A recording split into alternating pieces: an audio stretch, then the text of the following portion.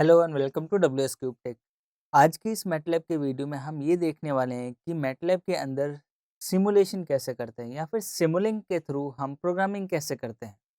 तो सिमुलिंक में हम जाके प्रोग्रामिंग की जगह हम वहाँ पे एक मॉडल बनाते हैं जो विजुअल मॉडल होता है, और उस मॉडल के अकॉर्डिंग हम पैरामीटर्स इनपुट प्रोवाइड करते हैं और उस पैरामीटर्स के हिसाब से हमारे पास आउटपुट आता है। तो चलिए सिमुलिंक को पहले ओपन कैसे करते हैं हमारे कमांड विंडो से।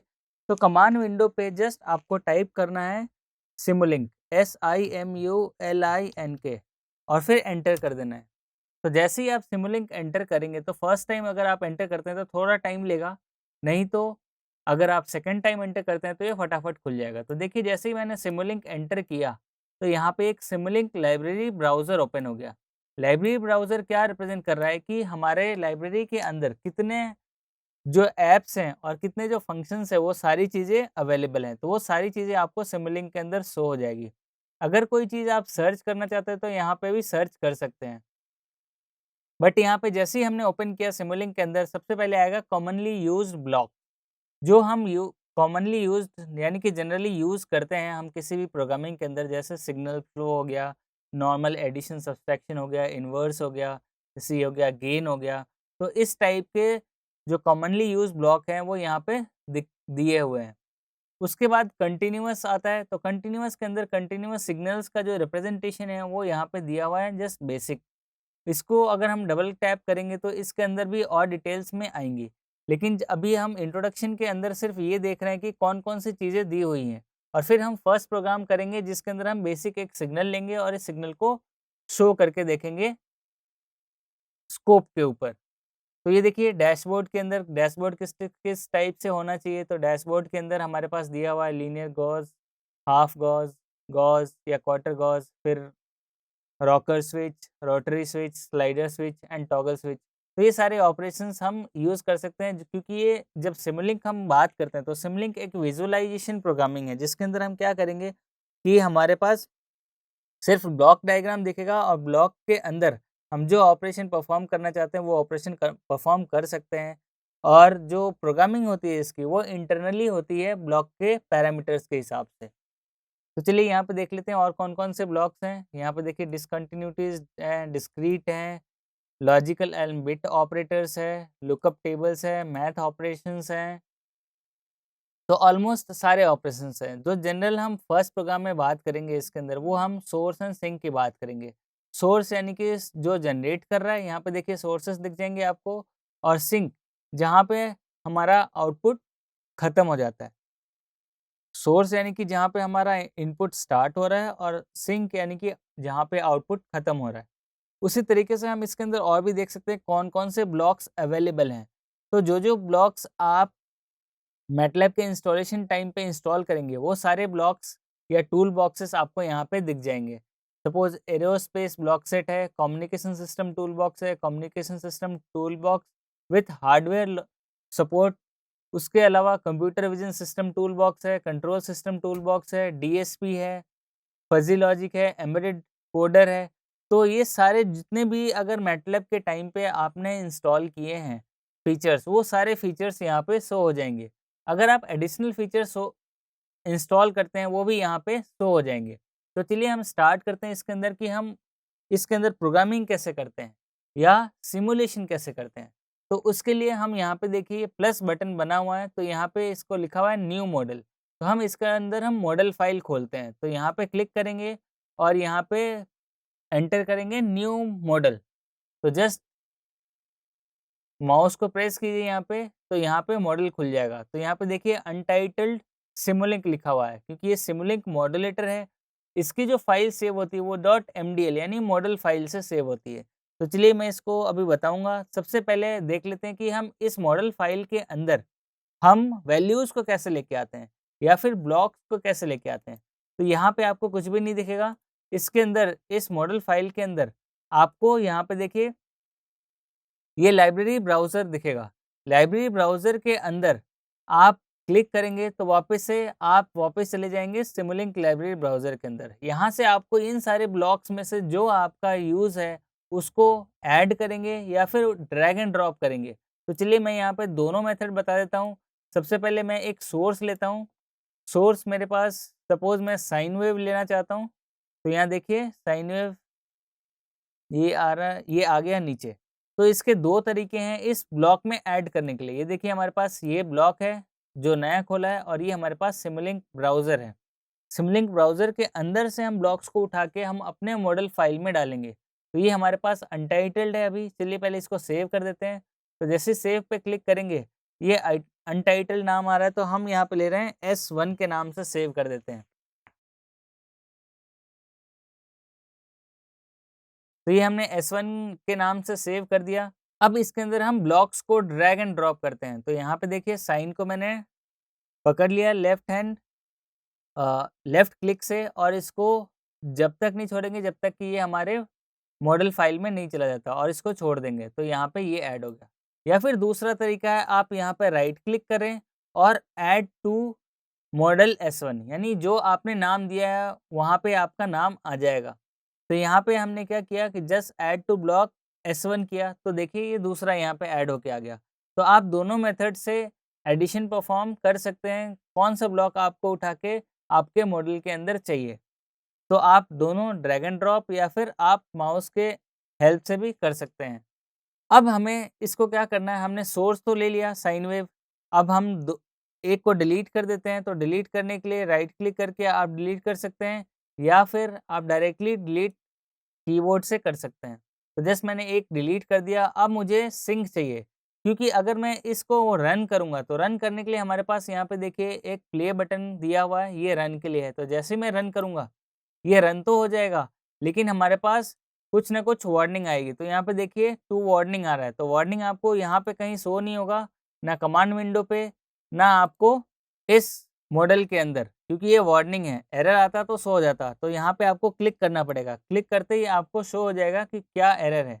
तो बोला है output port 1 of S1 sine wave is not connected, यानी कि हमने सिर्फ अभी ब्लॉक उठाया और रन कर दिया। रन करने के बाद ये आउटपुट कहीं नहीं जा रहा, तो ये एरर दे दिया। एरर क्या है कि आपका कनेक्टेड नहीं है, यानी कि हमारा जो आउटपुट है इसका वो कनेक्टेड नहीं है। तो चलिए इसको कनेक्ट करते हैं। कनेक्ट करने के लिए हम साइनसॉइडल वेव है, तो हम इसकी वेवफॉर्म को चेक करना चाहेंगे। तो वेवफॉर्म चेक करने के लिए वापस सिमुलिंक ब्राउज़र पे जाएँगे, वापस सिमुलिंक ब्राउज़र पे जाएँगे और सिंक के अंदर जाएँगे। ये देखिए सिंक के अंदर हमारे पास क्या है कि स्कोप है। स्कोप क्या है? एक ऑसिलोस्कोप है जो वर्चुअल स्कोप दिया हुआ है। आप इस पे वेवफॉर्म देख सकते हैं। तो यहाँ पे इसको मैं ऐड कर देता हूँ ब्लॉक S1 के अंदर, तो जस्ट ऐड हो गया। अब इसके अंदर देखिए ये आउटपुट का एरो है और ये हमारा इनपुट का एरो है। तो आप जब भी सामने लेके जाएँगे ये ऑटोमेटिकली कनेक्शन का सिंबल दिखाएगा, बट कनेक्ट आपको खुद करना पड़ेगा। तो कनेक्ट करने के लिए जैसे ही आउटपुट टर्मिनल पे लेके जाएँगे तो यहाँ पे प्लस बटन बना हुआ आ जाएगा।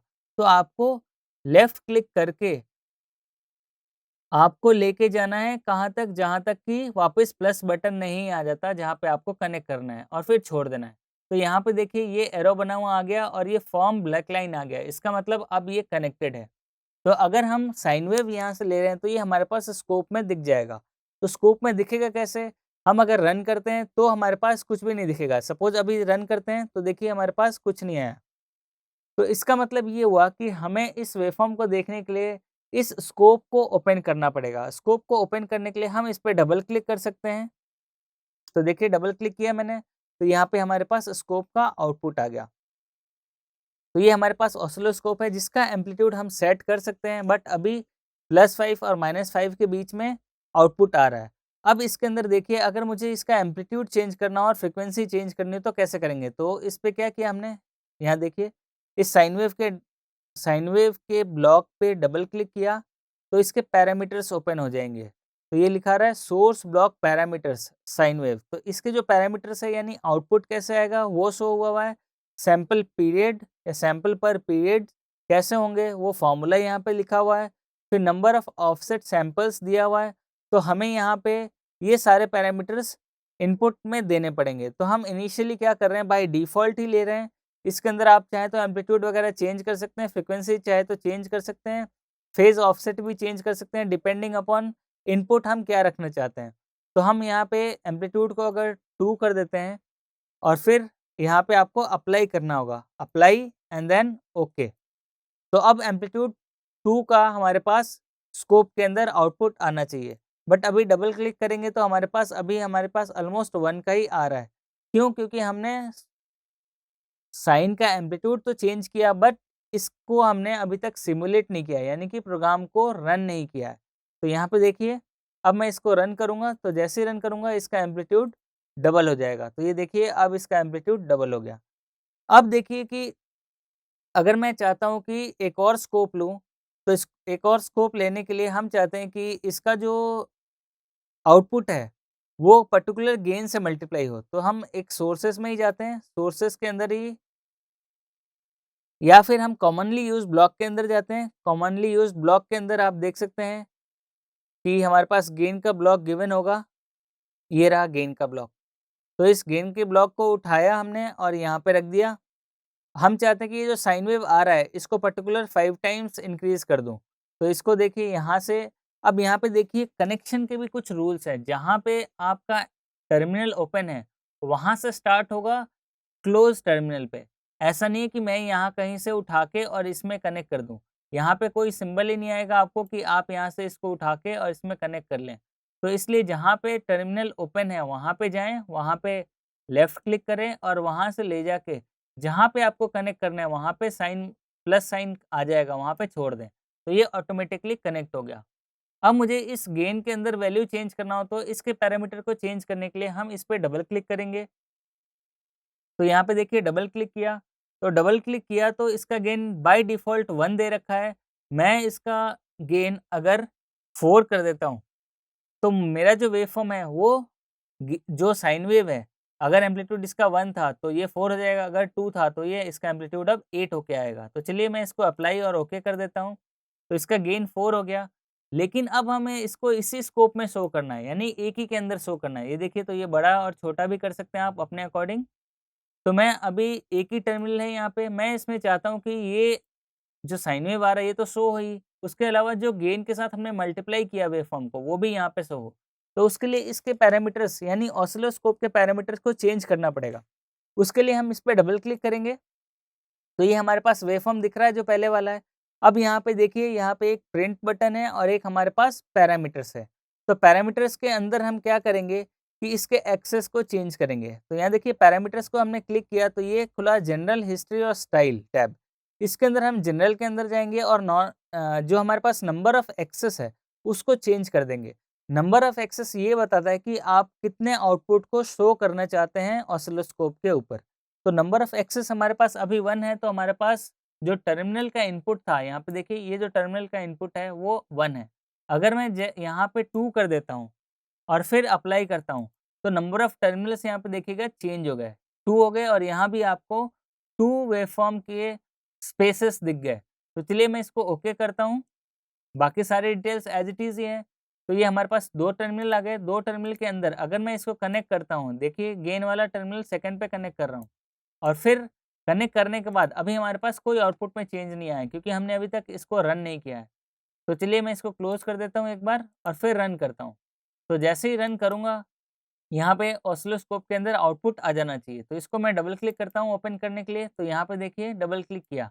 डबल क्लिक करने से क्या हुआ, हमारे पास जो इनिशियल था साइन वेव, उसका एम्पलीट्यूड 2 था। तो प्लस में 2 जा रहा था और माइनस में 2 जा रहा था। इसके अंदर प्लस 4 कर दिया, तो 2 से अगर 4 टाइम्स मल्टीप्लाई किया तो एम्पलीट्यूड इसका डबल हो गया, यानी प्लस 8 और माइनस 8 आ रहा है। तो इसलिए ये क्या हुआ कि ये यहाँ से कट जा रहा है। तो इसके लिए हम क्या करेंगे, इसको जस्ट इसकी एम्पलीट्यूड को 1 कर देते हैं वापस जैसे पहले था और फिर इसको रन करते हैं ताकि आपको विजुअलाइजेशन दिख जाए दोनों वेवफॉर्म के अंदर। और फिर इसको रन करते हैं और फिर इस पे डबल क्लिक करते हैं। तो ये देखिए, ये हमारे पास एम्पलीट्यूड 1 का वेवफॉर्म था, इसको बड़ा कर लेते हैं। तो ये हमारे पास एम्पलीट्यूड 1 का वेवफॉर्म था, यहाँ पे देख सकते हैं आप +1 और -1। तो जो एम्पलीट्यूड वैल्यू हम इनपुट दे रहे हैं ब्लॉक के अंदर, वो पीक टू पीक वैल्यू है, यानी +1 से -1 चेंज हो रहा है। सिमिलरली हमारे पास जो हम ब्लॉक के अंदर जो वैल्यूज़ दे रहे हैं, वो हमारे पास मैक्सिमम एम्पलीट्यूड का वैल्यू है। पीक टू पीक वैल्यू हमारा ऑलमोस्ट डबल हो जाता है उसका।